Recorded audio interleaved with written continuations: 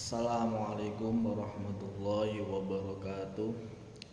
Bismillahirrahmanirrahim. Alhamdulillahi rabbil alamin. Wabihi nasta'in wala umuri dunya waddin. Wassalatu wassalamu ala ashrafil anbiya'i wal mursalin Sayyidina wa maulana Muhammadin wa ala alihi wa sahbihi ajma'in, amma ba'du. Baiklah, kepada anak kelas 12 MIA 1,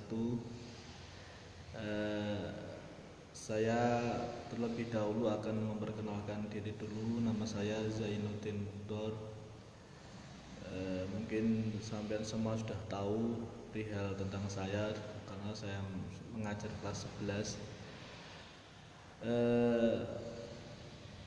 Untuk mata pelajaran kelas 12, yaitu pelajaran praktek ibadah. Nanti kita akan membahas tentang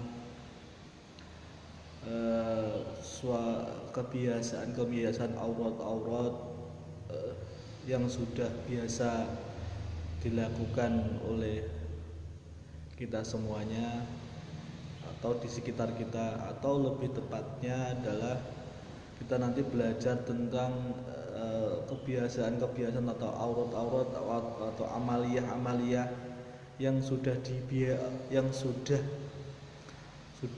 menjadi adat istiadat atau kebiasaan dari warga Nahdien. Karena gimana? Karena amalan-amalan itu mulai zaman akhir ini sudah mulai banyak dipertanyakan tentang dasar-dasar tahlilnya. Apalagi kelompok-kelompok yang memang dari dulu itu sudah tidak atau bertentangan dengan kita, itu sudah mulai mengklaim bahwa amalan-amalan yang kita sudah biasakan itu menjadi dengan klaim bid'ah. Tentu itu sangat hal yang menyakitkan buat kita semuanya. Maka dari itu, nanti untuk mata pelajaran praktek ibadah kelas 12, nanti kita akan membahas tentang dasar-dasar hukumnya, tentang dasar-dasar hukum amaliyah Ahmadiyah. Semacam nanti tahlil itu dasarnya gimana, talqin itu dasarnya gimana, dasarnya apa. Terus selanjutnya adalah istighosah, itu pengertiannya gimana. Terus nanti istighosah, setelah itu adalah maulid, itu apakah ada dasarnya. Terus selanjutnya manaqib, apakah itu ada dasarnya. Semuanya nanti kita akan belajar tentang dasar-dasar itu, sehingga ketika kita mengamalkan amaliyah-amalah ibadah yang sudah menjadi kebiasaan kita, warga Nahdien, itu kita semua tahu dasar dalilnya. Jadi tidak serta-merta hanya cuma ikut-ikutan saja. Semacam contoh, ada, kita tahu banyak sekarang itu mungkin di daerah sekitar kita ada yang sudah tidak ada talqin setelah mengubur. Karena apa? Ya mungkin itu saja, mungkin prediksi kita itu adalah orang selainnya. Tapi sebenarnya tentu karena ini ketidaktahuan kita semuanya tentang dasar-dasarnya. Ketika ada suatu bantahan dari selain kita, maka kita tidak bisa menjawab dan kita tidak punya alasan apapun untuk itu. Belum lagi nanti semuanya nanti akan melanjutkan ke kuliah, ke menjadi mahasiswa.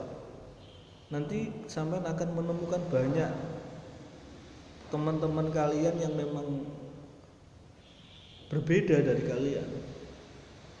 Tentu itu harus kita membuat semacam suatu dasar Amaliyah-amaliyah yang kita amalkan itu benar-benar ada dasarnya. Di semuanya itu sebenarnya ada dasarnya, ada dalilnya. Maka dari itu nanti kita akan bahas, kita akan belajar tentang hal-hal itu dari dasar-dasar dalilnya. Mengapa kok dibiasakan oleh para ulama, konteksnya, ruang lingkupnya, itu kita nanti akan bahas itu. Supaya kalian semuanya, atau kita semuanya bisa ketika mengamalkan sesuatu itu mempunyai dasar dalil hukumnya. Tentu dasar dalil hukumnya tetap dari Al-Quran dan Al-Hadis.